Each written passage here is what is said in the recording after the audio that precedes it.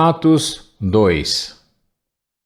Chegando o dia de Pentecoste, estavam todos reunidos num só lugar. De repente veio do céu um som, como de um vento muito forte, e encheu toda a casa na qual estavam assentados. E viram o que parecia línguas de fogo, que se separaram e pousaram sobre cada um deles. Todos ficaram cheios do Espírito Santo e começaram a falar noutras línguas, conforme o Espírito os capacitava. Havia em Jerusalém judeus, devotos a Deus, vindos de todas as nações do mundo. Ouvindo-se o som, ajuntou-se uma multidão que ficou perplexa, pois cada um os ouvia falar em sua própria língua. Atônitos e maravilhados, eles perguntavam: acaso não são galileus todos estes homens que estão falando? Então, como os ouvimos cada um de nós em nossa própria língua materna? Partos, medos e elamitas, habitantes da Mesopotâmia, Judéia e Capadócia, do Ponto e da província da Ásia, Frígia e Panfilha, Egito e das partes da Líbia, próximas a Cirene, visitantes vindos de Roma, tanto judeus como convertidos ao judaísmo, cretenses e árabes, nós os ouvimos declarar as maravilhas de Deus em nossa própria língua. Atônitos e perplexos, todos perguntavam uns aos outros: que significa isso? Alguns outros, todavia, zombavam e diziam: eles beberam vinho demais. Então Pedro levantou-se com os 11 e em alta voz dirigiu-se à multidão: homens da Judéia e todos os que vivem em Jerusalém, deixem-me explicar isto, ouçam com atenção.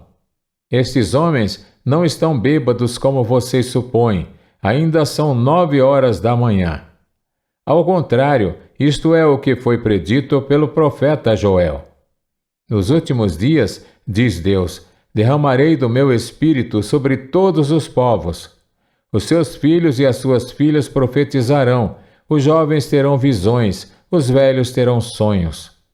Sobre os meus servos e as minhas servas derramarei do meu espírito naqueles dias, e eles profetizarão.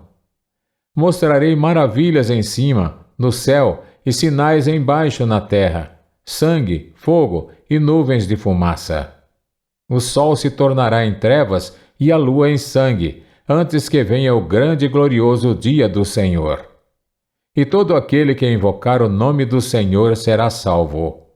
Israelitas, ouçam estas palavras. Jesus de Nazaré foi aprovado por Deus diante de vocês por meio de milagres, maravilhas e sinais que Deus fez entre vocês por intermédio dele, como vocês mesmos sabem. Este homem foi entregue por propósito determinado e pré-conhecimento de Deus. E vocês, com a ajuda de homens perversos, o mataram, pregando-o na cruz. Mas Deus o ressuscitou dos mortos, rompendo os laços da morte, porque era impossível que a morte o retivesse. A despeito dele, disse Davi: eu sempre via o Senhor diante de mim. Porque ele está à minha direita, não serei abalado. Por isso meu coração está alegre e a minha língua exulta. O meu corpo também repousará na esperança. Porque tu não me abandonarás no sepulcro, nem permitirás que o teu santo sofra decomposição. Tu me fizeste conhecer os caminhos da vida e me encherás de alegria na tua presença. Irmãos, posso dizer com franqueza que o patriarca Davi morreu e foi sepultado, e o seu túmulo está entre nós até o dia de hoje. Mas ele era profeta e sabia que Deus lhe prometera sob juramento que poria um dos seus descendentes no trono. Prevendo isso, falou da ressurreição do Cristo, que não foi abandonado no sepulcro e cujo corpo não sofreu decomposição. Deus ressuscitou este Jesus, e todos nós somos testemunhas desse fato. Exaltado à direita de Deus, ele recebeu do Pai o Espírito Santo prometido e derramou o que vocês agora veem e ouvem. Pois Davi não subiu aos céus, mas ele mesmo declarou: o Senhor disse ao meu Senhor: senta-te à minha direita, até que eu ponha os teus inimigos como estrado para os teus pés. Portanto, que todo Israel fique certo disso: este Jesus a quem vocês crucificaram, Deus o fez Senhor e Cristo. Quando ouviram isso, ficaram aflitos em seu coração e perguntaram a Pedro e aos outros apóstolos: Irmãos, que faremos? Pedro respondeu: Arrependam-se e cada um de vocês seja batizado em nome de Jesus Cristo para perdão dos seus pecados e receberão o dom do Espírito Santo. Pois a promessa é para vocês, para os seus filhos e para todos os que estão longe, para todos quanto o Senhor, o nosso Deus, chamar. Com muitas outras palavras, os advertia e insistia com eles: Salvem-se desta geração corrompida. Os que aceitaram a mensagem foram batizados, e naquele dia houve um acréscimo de cerca de 3.000 pessoas. Eles se dedicavam ao ensino dos apóstolos e à comunhão, ao partir do pão e às orações.